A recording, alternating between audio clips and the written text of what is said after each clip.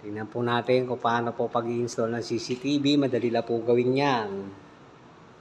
Lalong-lalo na kapag kayo mag-i-install sa bahay.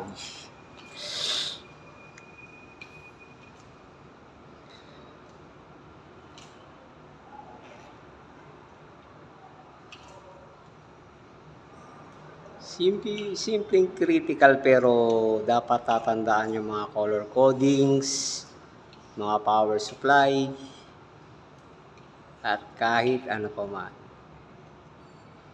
Kailangan maingat din sa pagtutungtong.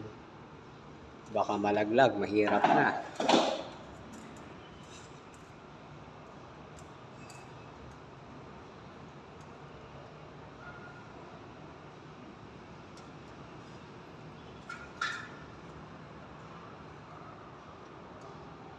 Siyempre, dapat meron ding marking kung ano ang positive at negative na kinakabitan ng video balloon. Huwag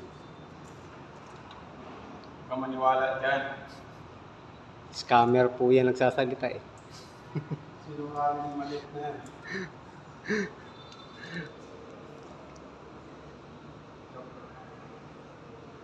Yan po, si Boss Ronel. Yan po yung isa sa mga nagtuturo sa atin kung paano mag-install ng CCTV. Magaling din yan sa mga computer. Isa siyang IT specialist.